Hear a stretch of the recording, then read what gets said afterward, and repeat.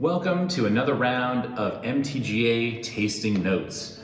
This is a fun one to get into because this is when we're getting into kind of the heart of the 2010s and really the wines that really set MTGA up for success. Those early years, I always consider, a little bit of the rough drafts. They were always like, hey, we're trying to kind of get our sea legs and figure out what it is we're going to focus on stylistically, aging wise, the varieties we want to be making. And as you know, Merlot is our flagship, and that was always kind of the baseline that we were working off of. So we needed to always make sure that our Merlot is dialed in. And this 2014 Merlot is just that. This is a wine that from 2014, it was a very kind of easygoing vintage for us. There wasn't anything kind of one way or the other that caused any issues in terms of the growing season. Mother Nature was actually fairly diplomatic that year. It was another fairly hot and dry year. We still kind of continued through our drought seasons in 2014. But as kind of a cliche goes, these drought years typically tend to make for really great winemaking years. The vines struggle a little bit more, and as long as you have a decent amount of water in your reservoir or in the ground, your vines will typically perform just fine, and you're gonna get a lot more concentration, a lot more intensity. Now, the downside is that typically as these vines struggle, you may deal with somewhat lower yields overall. So you might be making some really good wine, but there's typically gonna be a little less of it to go around. That's kind of the general rule. Of course, there are always exceptions, but 2014 kind of followed that vibe, so to speak. So 2014, as it's tasting right now, is just in a beautiful spot. This is, these wines that are from these mid-2000s, they're built to last. They could go another 5, 10, 15 or so years past the vintage date, as long as they were made for aging purposes. And being that that's how I make my wines, they are just cruising right now. These wines from the mid-2000s have just been awesome. So 2014 Merlot, 100% Merlot. Still to this day, we make 100% Merlot. Maybe about 30% new oak at most in this wine.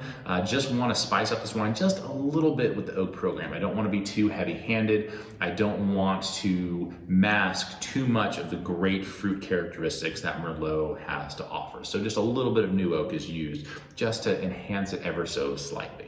It's something that the HBIC, my better half, Brittany, she always loves kind of she always describes it as like Christmas spices. Think of like your clove, a little bit of maybe anise, cinnamon, things of that nature that kind of these barrels, elicit and kind of add to the wine. And it's just this really great extra little kick that the wines get from that additional barrel aging. This wine spent almost 2 years in barrel. We bottled it up at that point, and then after another year of aging in bottle, we finally released it. So plenty of time letting this wine really come into its own and just get exactly where we want it to be before we started getting it out into the world.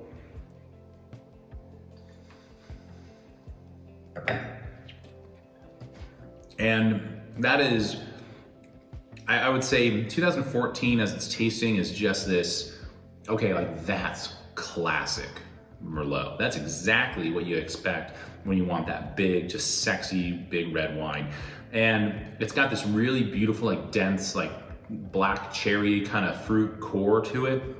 Really, really yummy. And it's this beautiful, just like nice little bell curve of flavor, which is, I think, very typical of Merlot. It has this nice juiciness to it in the middle. The front of your mouth and your taste buds, you get a little bit more structure and intensity. It kind of balloons and then it just trails off nice and easily. The flavor hangs around really, really well.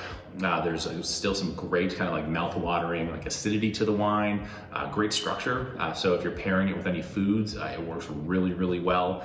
I use our Merlot. It's kind of our like Tuesday night pizza, Tuesday pizza night kind of wine, which is how I love.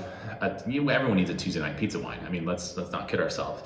Just something that's good, it's solid, it's yummy, and you can just pop a cork and really just get after it.